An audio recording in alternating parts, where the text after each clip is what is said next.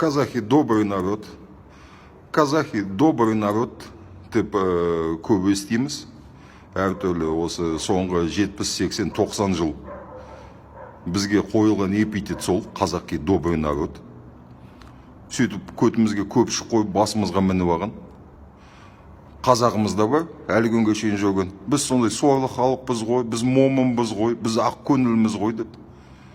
Қазағыма біз ондай болсақ, мынандай жерге қалай ие болып қалатын едік? Әлі күнге шейін айырылып қалған жерлерді қоспай, қазіргі мемлекет шекарасын санағанда, оның ішіне сиіп кеткен жеріміз. Жер шарында 9-шы орында, көлемі 9-шы орындамыз. Ондай добрый, момын, сорлы болсақ, баяғыда айырылып қалмаймыз ба? Ғасырдан ғасырға мыңдаған жыл аттан түспей, қолдан қару тастамай, осы жерге ие болып, сақтап, қорғап, ата-бабамыздан қалған жерге қожайын болып, мемлекет болып, егеменді отырмыз. Ондай добрый, момын болсақ, баяғыда айырылып қалып, кішкентай алақандай жерге сиіп кетпейміз ба? Өзіміз санаулы халықпыз. Қазақ әлі күнге шейін аз. Бұрында көп болған жоқ болса, ежелгі заманда 2000 жыл бұрын бірсыпыра халық қалай болдық, тура солай әлі келе жатырмыз. Санымыз не өспейді, не азаймайды. Ондай добрый болсақ, бір жеріміз 600 шақырым ұзындығы бұлай, 200 шақырым көлденесі бұлай, Грузия сияқты отырмаймыз ба?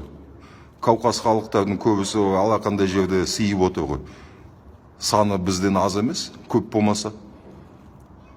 Жеріміз жердің түбінде емес, шөлді сахара құмы емес, тура континенттің ортасы, империялардың арасында қазақ осындай жерге ие болып сақтап қалған. Ондай момын, ақ көңіл, бейшара, сорлы, добрый халық болсақ, біз оны сақтаймыз ба? Жоқ. Ата-бабаларымыз қасқыр болған.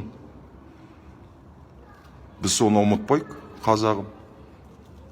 Казахи добрый народ, казахин добрый народ деген, ол да Кеңес одағының, Ресей патшалығының әкімшілігінің өткізген саясаты бізге. Сөйтіп насихаттап, бізді әбден рухымызды алып тастаған. Казахи добрый народ деп. Оны естігенде жыным келеді менің.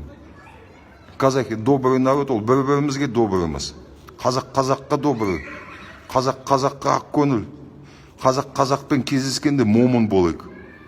Басқаларына жем болмайық. Айтайын деген сол.